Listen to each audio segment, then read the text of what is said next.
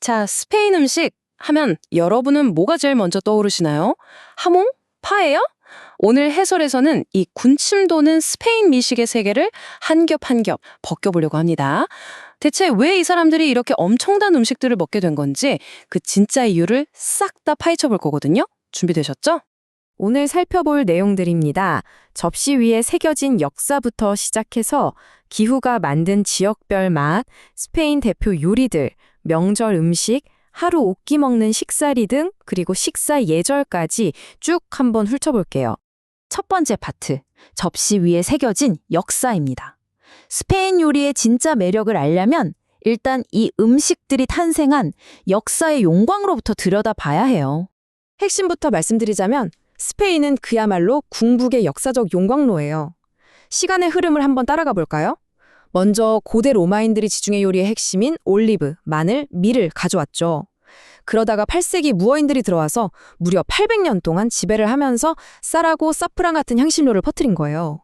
그리고 대망의 1492년, 아메리카 대륙에서 고추, 토마토, 감자가 넘어옵니다. 사실상 다시 말해서 지금 우리가 아는 스페인 요리의 핵심 재료들이 이때 다 모인 거죠. 이 수천 년에 걸친 정복과 탐험의 역사가 스페인 사람들의 저녁 접시 위에 말 그대로 층층이 쌓여 있다는 거 진짜 놀랍지 않나요? 전 세계 어디에도 없는 이 다채로운 맛의 캔버스는 바로 이런 거대한 동서양의 대융합 덕분에 완성될 수 있었던 겁니다. 두 번째 파트, 기후가 빚어낸 지역별 미식입니다. 자, 근데 역사만으로는 설명이 다 안 돼요. 스페인이라는 거대한 땅덩어리 자체도 한번 봐야겠죠? 지리적 조건이 메뉴를 어떻게 바꿔놨는지 보면 꽤 흥미롭습니다. 참고로 스페인이 전 세계 올리브유의 무려 44%를 생산한다는 사실 알고 계셨나요? 거의 절반이죠.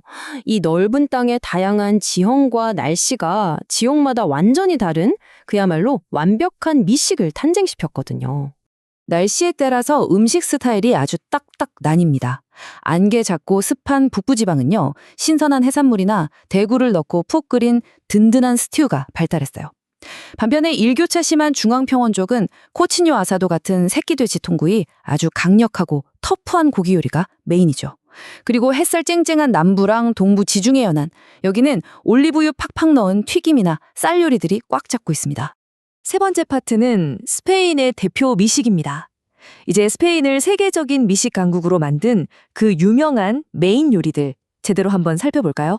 보기만 해도 눈이랑 입이 즐거워지는 축제 같죠?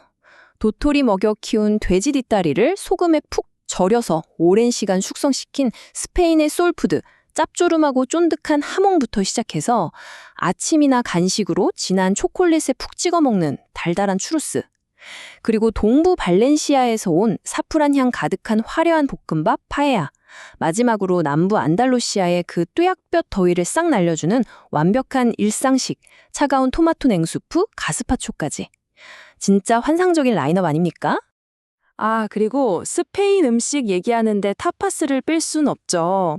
근데 타파스는 단순히 음식 종류가 아니에요.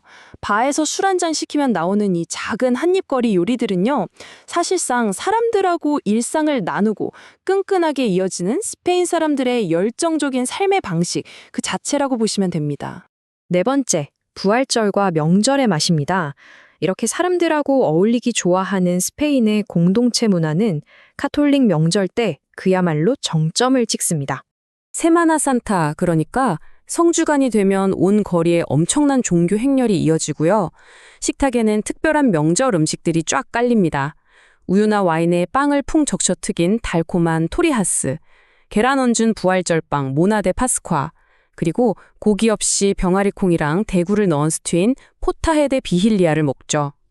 살라망카 지역은 좀 특이한데 부활절 다음 월요일에 강가에 다 같이 모여서 호르나소라는 고기 파이를 먹는 전통도 있어요.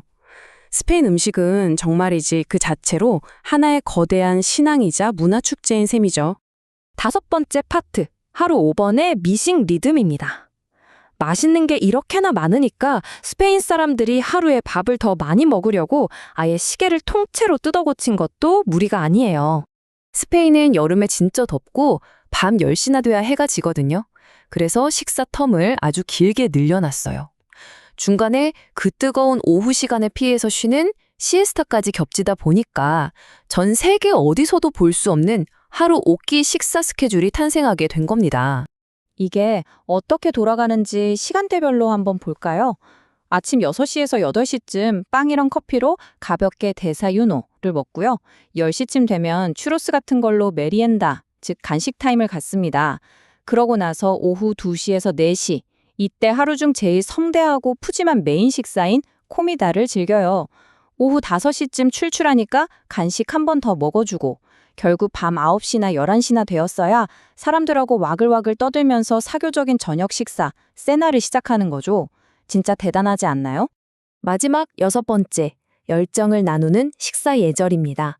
혹시라도 여러분이 이 스페인 사람들의 시끌벅적한 심야 저녁 식사에 초대받는 행운을 얻게 된다면 식탁 룰 몇 가지는 꼭 아셔야 합니다.